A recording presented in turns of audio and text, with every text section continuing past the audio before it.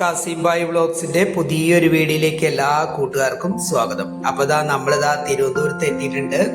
കാസർഗോഡ് നിന്നും അടുത്ത് നമ്മുടെ തിരുവനന്തപുരം അനന്തപുരി നഗരത്തിൽ എത്തിയിട്ടുണ്ട് കേട്ടോ. നമ്മുടെ റെയിൽവേ സ്റ്റേഷനും അതുപോലെ തന്നെ KSRTC ബസ് സ്റ്റാൻഡും, തമ്പാനൂർ KSRTC ബസ് സ്റ്റാൻഡും റെയിൽവേ സ്റ്റേഷനും തൊട്ടടുത്ത് തന്നെയാണ്. നമ്മുടെ പാലത്തിൽ നിന്ന് താഴോട്ട് നോക്കി കഴിഞ്ഞാൽ പപ്പടം മുടക്കാണ്ടിട്ടതുപോലെ ട്രെയിനുകളൊക്കെ അടക്കി നിർത്തിയിട്ട് വാഷിങ്ങും ക്ലീനിങ്ങും ആയിട്ട് നടക്കുന്നുണ്ട് കേട്ടോ. ഈ റെയിൽവേ സ്റ്റേഷൻ കൂടാണ്ട് തിരുവനന്തപുരത്തെ പ്രധാന റെയിൽവേ സ്റ്റേഷൻ ഒന്ന് തന്നെയാണ് നമ്മുടെ കൊച്ചുവേളി റെയിൽവേ സ്റ്റേഷൻ. ഇവിടെ ഇത്രയും ട്രെയിനുകൾ സ്ഥലം പോരാത്തതിന്റെ പേരിലാണ് അങ്ങനെ കൊച്ചുവേളി റെയിൽവേ സ്റ്റേഷൻ വന്നത്. അതുപോലെ തന്നെ നമ്മുടെ വന്ദേ ഭാരത് നമ്മുടെ നാട്ടിലേക്ക് പോവാൻ തയ്യാറായി തന്നെ കിടപ്പുണ്ട്.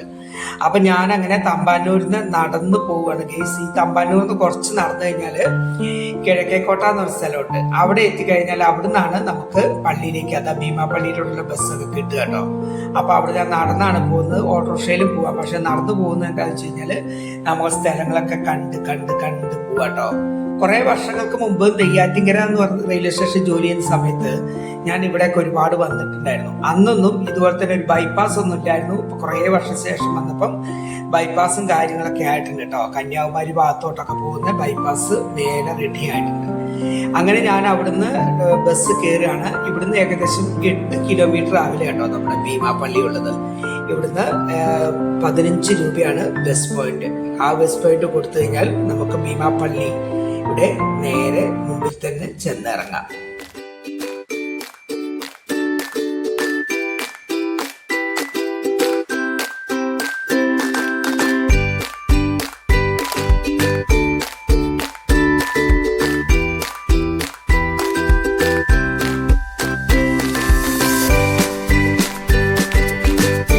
അങ്ങനെ ഒരുപാട് കാലത്തെ ആഗ്രഹത്തിന് ശേഷം നമ്മൾ ഭീമാ പള്ളിയിൽ എത്തിച്ചേർന്നു. മണലാരുണ്യത്തിലെ മരതകം പോലെ, റോസ് ഇതളുകൾ കൊണ്ട് പൂവിടർന്ന പോലെ ഒരു പള്ളിയാണ് നമ്മുടെ ഭീമാ പള്ളി. എത്ര നേരം അവിടെ നിന്നാലും മതിയാകില്ല. വലിയ മൈതാനം പോലത്തെ സ്ഥലത്ത് ഒരൊറ്റപ്പെട്ട നിലയിൽ പോലത്തെ ഒരു പള്ളി. ഏകദേശം 500 വർഷത്തോളം പഴക്കമുണ്ടെന്നാണ് അറിയപ്പെടുന്നത്. മുഹമ്മദ് സല്ലല്ലാഹു അലൈഹി വസല്ലമ തങ്ങളുടെ കുടുംബത്തിൽപ്പെട്ട സൈബത്തുൽ നിസാം ഭീമാ ബീവിയുടെയും മകൻ ഷെയ്ഖ് ഹമീദ് മാഹിൻ അബൂബക്കറുടെയും ഖബർസ്ഥാനമാണ് ഇവിടെ സ്ഥിതി ചെയ്യുന്നത്. ജാതി വർഗ ഭേദമന്യേ എന്ന് തന്നെ പറയാം. നിരവധി ജനങ്ങൾ വന്നു പോകുന്ന സ്ഥലം കൂടിയാണ് ഭീമാപ്പള്ളി.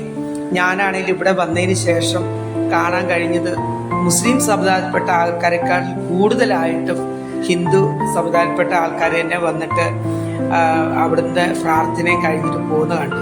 നമ്മൾ പള്ളിയുടെ ഉൾഭാഗത്തോട്ട് കടന്നാൽ നമുക്ക് ആദ്യം തരുന്നത് അവിടെ നേർച്ചയായിട്ട് കുറച്ച് വെള്ളം തരും. അതാണ് അവിടുത്തെ മരുന്ന് കിണറിൽ നിന്ന് എടുക്കുന്ന മരുന്ന് വെള്ളമാണ്. നിരവധി രോഗങ്ങൾ ശമനങ്ങൾക്കും ഒരുപാട് രോഗശാന്തിക്കും നമുക്ക് ഏറ്റവും ഫലപ്രദമായിട്ടുള്ള ഒരു ഇടം കൂടിയാണ് നമ്മുടെ ഭീമാ പള്ളി. ഇവിടെ ഒരുപാട് കച്ചവട സ്ഥാപനങ്ങളുണ്ട്. ഇവിടെയാണ് പ്രധാനപ്പെട്ട നേർച്ച എന്ന് പറയുന്നത് ചന്ദനക്കുട നേർച്ചയാണ്. നമ്മൾ ഏതെങ്കിലും ആഗ്രഹ സാധനത്തിന് അവിടെ പറഞ്ഞിട്ടുണ്ടെങ്കിൽ ആ നേർച്ചകൾ നമ്മൾ അവിടെ കൊണ്ട് ഏൽപ്പിച്ചു കഴിഞ്ഞാൽ നമ്മുടെ എല്ലാ ആഗ്രഹങ്ങളും നമ്മുടെ മനസ്സിൽ എന്താണോ ആഗ്രഹിച്ചത് അത് സഫലീകരിക്കും. എൻ്റെ അങ്ങനെ ഒരുപാട് ആഗ്രഹം സഫലീകരിച്ചിട്ടുണ്ട്. അങ്ങനെ പള്ളിയിലെ പ്രാർത്ഥനയിലും കഴിഞ്ഞ് ഞാൻ പുറത്തോട്ടിറങ്ങി. നട്ടുച്ച ആയതുകൊണ്ട് നല്ല വിശപ്പായിരുന്നു. ഒരു ഹോട്ടലിൽ കയറി ആദ്യ ഗ്ലാസ് വെള്ളം മേടിച്ച് കുടിച്ചു. പിന്നെ വയറ് നിറച്ച് ഭക്ഷണം കഴിച്ച് തിരിച്ച് ഞാൻ അവിടുന്ന് തന്നെ ബസ്സിന് കയറുകയാണ്. ഭീമാപ്പള്ളി മുറ്റത്ത് നിന്ന് തന്നെ നമുക്ക് തിരുവനന്തപുരത്തോട്ടുള്ള ബസ് കിട്ടും. അപ്പം വലിയ ദൂരം നടന്നു പോകുമൊന്നും വേണ്ട. ഇവിടുന്ന് ഏകദേശം ഞാൻ പറഞ്ഞ പോലെ 15 രൂപ ബസ് പോയിന്റ് കൊടുത്തു കഴിഞ്ഞാൽ നമുക്ക് കിഴക്കേക്കോട്ടയോ അല്ലെ തമ്പാനൂർ എവിടെ വേണമെങ്കിലും പോയി ഇറങ്ങും ചെയ്യാം.